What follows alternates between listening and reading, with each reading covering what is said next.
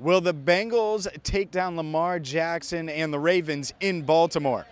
Hi again, everyone. I'm James Rapien with allbengals.com and Cincinnati Bengals Talk, and that is the question that we're going to get the answer to later this afternoon here at M&T Bank Stadium.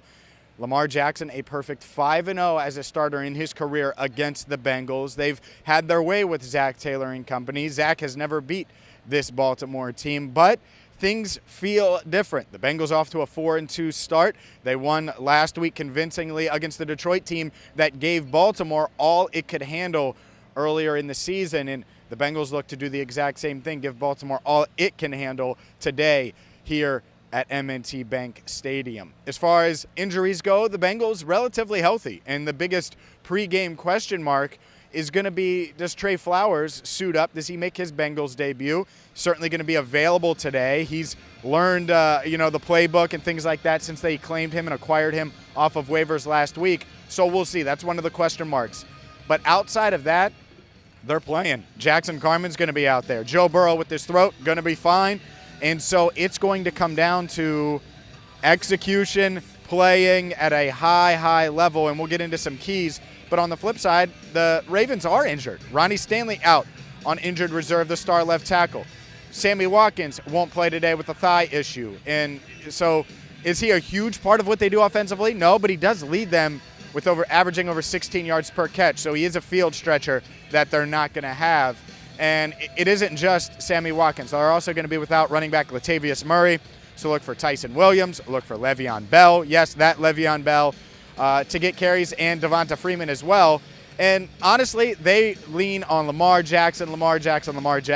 And when you look at keys in this game, finding ways to confuse, trick Lamar Jackson. We've talked about it all week with Burrow, how this defense for Baltimore tricks opposing quarterbacks, how they disguise blitzes, how they make it uncomfortable. Well, the Bengals need to find a way to do that to Lamar. And he's so athletic and he's so good, you might win. You might catch him off guard with a blitz, and he can still get out of it. So that's something that I'll be watching for, especially early in this game. On the flip side, like I said, can they keep Joe Burrow upright? That's going to be such a key with the way they disguise. This Ravens team disguises blitzes. Burrow's been really good against the blitz so far this season, but he hasn't faced a team like the Baltimore Ravens, a defense like the Baltimore Ravens. And one matchup I'm looking forward to, and I don't know if he's going to shadow him or not, but Marlon Humphrey, Jamar Chase. To me, it would make sense for Humphrey to shadow Chase. That being said, there's been multiple times this year where that hasn't necessarily happened. For example, last week, the Chargers, they come here, they get their head kicked in, they only score 6 points against the Ravens. Humphrey was shadowing Mike Williams, not Keenan Allen. Mike Williams is a really good player, certainly not Keenan Allen. So maybe they'll look at it that way. But Humphrey versus Chase, I think Chase, as great as he is, I think he's got another gear. And the gear is beating number one corners like Marlon Humphrey, and I think he can do it. Just 7 weeks into his NFL career, I think he's certainly capable of doing so. The other thing here, and this is, to me, a big deal, not just today, but moving forward, will be Zach Taylor and how he deploys all of these weapons. Because you got Jamar Chase, you got Joe Mixon in the backfield, you got T. Higgins on one side, you got Tyler Boyd in the slot. They are too good offensively to struggle early in games like they have. Even last week against Detroit, after that opening touchdown on their first drive, 4 drives, 32 net yards. It was ugly. And then Jamar Chase made a big play and the offense got rolling and they scored on every possession after that. That can't happen today. If you get behind the chains, if you get behind the sticks and behind on the scoreboard here at M&T Bank Stadium, well, good luck trying to catch up to Lamar Jackson. It's hard. It's hard to catch up to him literally on the field and certainly on the scoreboard. So that's something, getting off to a quick start, having some sustained drives.